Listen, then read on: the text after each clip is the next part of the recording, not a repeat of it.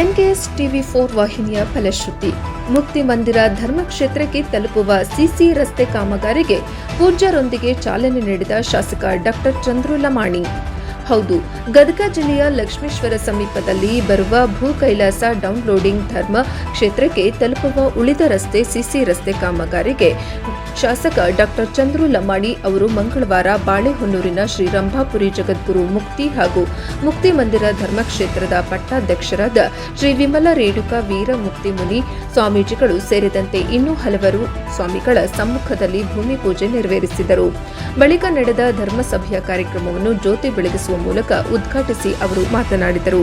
ಮುಕ್ತಿ ಮಂದಿರಕ್ಕೆ ತಲುಪುವ ಉಳಿದ ರಸ್ತೆ ಬೇಗನೆ ಸಿಸಿ ರಸ್ತೆ ಮಾಡಿ ಮುಕ್ತಿ ಮಂದಿರ ಧರ್ಮಕ್ಷೇತ್ರಕ್ಕೆ ಬರುವ ಭಕ್ತರಿಗೆ ಅನುಕೂಲ ಕಲ್ಪಿಸಿಕೊಡಬೇಕೆಂದು ಸಾರ್ವಜನಿಕರು ಒತ್ತಾಯಿಸಿದ್ದರು. ಇದನ್ನು ನಮ್ಮ ಎನ್ಕೆಎಸ್ ಟಿವಿ4 ವಾಹಿನಿಯಲ್ಲಿ ವರದಿ ಪ್ರಸಾರ ಮಾಡಲಾಗಿತ್ತು.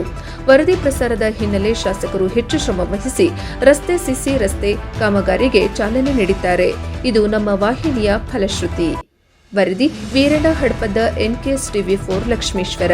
3 ದಿನಗಳ ಕಾಲ ಅತ್ಯಂತ ಅದ್ದೂರಿಯಾಗಿ ಮಹಾಶಿವರಾತ್ರಿಯ ಪೂಜೆ ಮತ್ತು ಜಾಗರಣೆಯನ್ನ ಮತ್ತು ಇವತ್ತಿನ ದಿನ ಈ ಒಂದು ಧರ್ಮ ಜಾಗೃತಿ ಸಭೆಯಲ್ಲಿ ನಾವೆಲ್ಲರೂ ಸಹಿತ ಭಾಗವಹಿಸಿದ್ವಿ. ನಮ್ಮ ಮುಕ್ತಿ ಮಂದಿರ ವೀರ ಗಂಗಾಧರ ಅಜ್ಜರವರ ಒಂದು ಸನ್ನಿಧಿ ಒಳಗೆ ನಾವೆಲ್ಲರೂ ಸಹಿತ ಇಲ್ಲಿ ನಾವು ಜೀವನವನ್ನು ನಾವು ಮತ್ತು ಸುತ್ತಮುತ್ತಲಿರುವಂಥ ನಾವೆಲ್ಲರೂ ಸಹಿತ ಪುಣ್ಯವಂತರು. ಏನು ವೀರ ಗಂಗಾಧರ ಅಜ್ಜರವರ ಕಂಡಂಥ ಕನಸು ಇದು ಸ್ವರ್ಗ ಆಗಬೇಕು. ಈ ಒಂದು ಮುಕ್ತಿ ಮಂದಿರವನ್ನ ಸ್ವರ್ಗದ ರೀತಿಯಲ್ಲಿ ಅಜ್ಜನ ಒಂದು ಪಾದ ಸ್ಪರ್ಶದ ಈ ಜಗದಲ್ಲಿ ನಮಗೆಲ್ಲರಿಗೂ ಗೊತ್ತಿರುವ ಹಾಗೆ ಈಗ ಆಲ್ರೆಡಿ ತ್ರಿಕೋಟಿಲಿಂಗ ಪ್ರತಿಷ್ಠಾಪನೆ ಕಾರ್ಯನೂ ಸಹಿತ ಪ್ರಾರಂಭ ಆಗಿದೆ.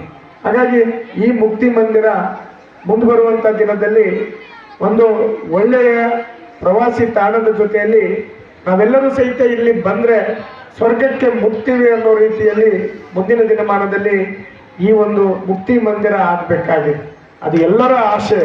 ನಾವೆಲ್ಲರೂ ಸಹಿತ ಇವತ್ತು ಎಲ್ಲಿ ಹೋದ್ರೂ ಸಹಿತ ನಾವು ಇಡೀ ನಮ್ಮ ಕರ್ನಾಟಕದಲ್ಲಿ ಎಲ್ಲಪ್ಪ ಅಂದರೆ ನಾವು ವೀರ ಗಂಗಾಧರ ಅಜ್ಜರವರ ಒಂದು ನೆಲದಿಂದ ಬಂದವರು ಅಂತ ಹೇಳ್ತೀವಿ.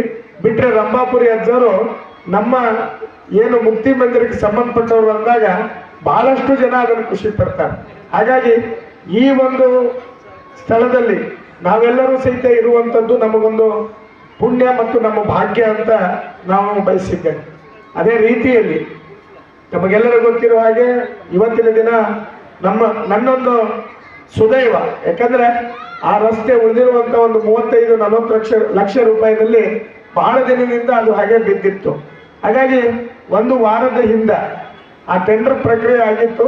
ಇವತ್ತು ಅಜ್ಜನವ್ರ ಕಡೆಯಿಂದನೇ ಮಾಡಿಸ್ಬೇಕು, ರಂಭಾಪುರಿ ಅಜ್ಜರ ಕಡೆಯಿಂದ ಮಾಡಿಸಿದ್ರೇ ಅದು ಸರಿಯಾಗಿರೋದಂತೇಳಿ ನಿನ್ನೆ ದಿನ ನಮ್ಮ ಮುಕ್ತಿ ಮಂದಿರ ಅಜ್ಜರಿಗೆ ಕೇಳಿಕೊಂಡಾಗ ಇಲ್ಲ ಆಗಲಿ ಅಜ್ಜರು ಬಂದ ಕೂಡಲೇ ನಾವು ಅದನ್ನು ಪೂಜೆ ಮಾಡಿಸೋಣ ಅಂತಂದಾಗ ಅಜ್ಜರ ಅದು ಅಂಥ ಒಂದು ಭಾಗ್ಯನ ಬಹುಶಃ ನಾವು ಶಾಸಕರಾದವರಿಗೆ ಎಲ್ಲರಿಗೂ ಸಹಿತ ಸಿಗೋದಿಲ್ಲ.